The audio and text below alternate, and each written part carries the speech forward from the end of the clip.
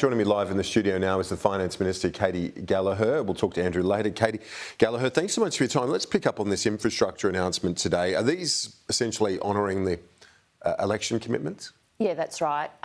Catherine King's been working hard going through all of the infrastructure investment program, funding our election commitments, looking at other projects that are in there. And, you know, infrastructure is going to be a big economic driver over the next few years. And we had big plans in this regard, and you'll see those delivered in this budget. Are you worried about the inflationary risks of injecting government dollars in at the moment when the RBA is obviously trying to cool things down? Well, largely we're working within the infrastructure program as it was announced, so it's in the order of about $120 billion.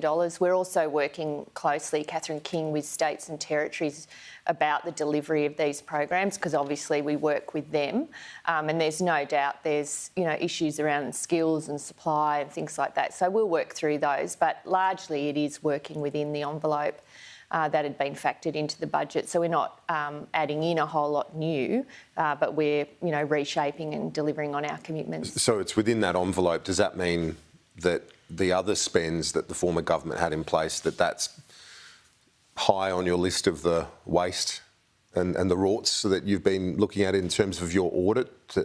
Is the regional infrastructure spending on the chopping block? Well, Catherine will go through this as part of the budget process, and she's been working closely with me.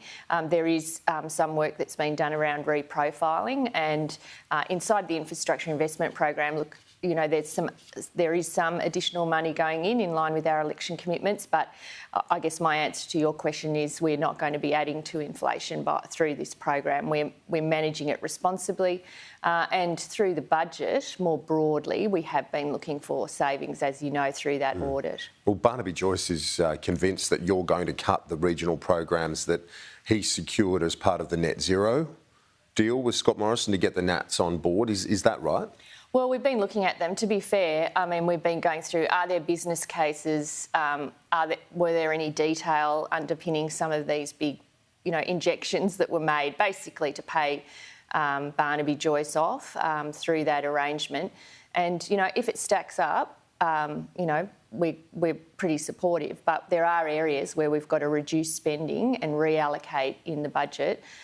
We're looking at that across the board. We're not picking specific programs necessarily and targeting them, but we are genuinely looking to rebalance the budget and make sure that every dollar spent is going into something that's needed and also something that's going to deliver an economic dividend and something that's been worked out properly. So it's not simply to the detriment of regional areas, as the Nats are warning? Not at all. Not at all. I mean, again, stacks up, it's got a business case, it's delivering on that quality spending, it's going to deliver an economic dividend. We've gone through every budget measure of the previous government, the March budget measures, looking at it in this regard, and I think you'll see the results of that.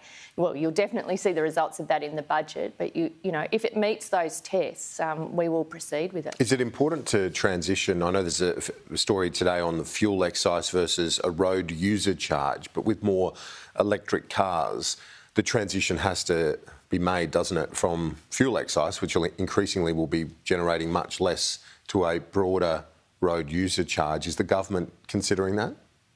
Well, I know Catherine King, again, working with colleagues, this is a matter that the states and territories raise. I'm sure there's a discussion to be had. It hasn't been the focus of my attention through this budget. This is really about delivering on election commitments, easing cost of living responsibly where we can, making sure we're driving economic dividend and returning some savings or reallocating money through the budget. Is the parental leave, that increase in the number of weeks, that is a few years down the track? So again, I guess that you're framing that in the context of the inflationary environment right now. That's not going to add to inflation either, because it's 24 to 26 that's going to come in. That's right. So there'll be a gradual increase, 18 to 20 in July next year, and then moving up by 2 weeks every year after that until you get to 26 weeks.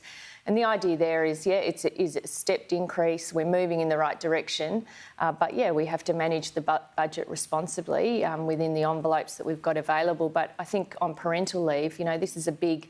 Sometimes you've got to take a big step up. This hadn't been boosted really since 2011. We know it's an issue that affects women's economic participation. That's a real economic focus for us, and driving our growth story is actually making sure women are able to work the hours they want and feel supported when they are having children, and more broadly parents. We need to get more dads. We're seeing that. More and more dads are being able to spend time with kids in those early years, and that's a great outcome too. So this initiative is about continuing on that journey. It's is it one of the few good news stories out of the budget? I think the budget will have a lot of good news stories. I mean, it will be, our commitments around childcare, about medicine, infrastructure, making things in Australia, all of those things. It's a great economic story. So it'll be a positive, because in the lead up to it, you'd forgive me and some, I think, the viewers for thinking Jim Chalmers is talking about the grim outlook and things being so difficult. It sounds like it was going to be sort of a slash and burn budget.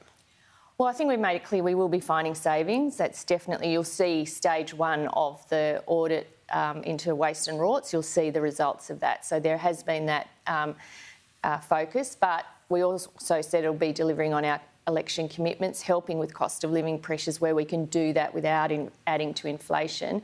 But we're also being upfront with people. The budget is in structural deficit. We've got a lot of work to do. Not everything's going to be answered in this budget, but every single budget will have to have a focus on budget repair and building those buffers that the Treasurer has been talking about in light of what's happening around the world, but also making sure we've got room to fund aged care, hospitals, NDIS, defence, and service the $1 trillion of debt.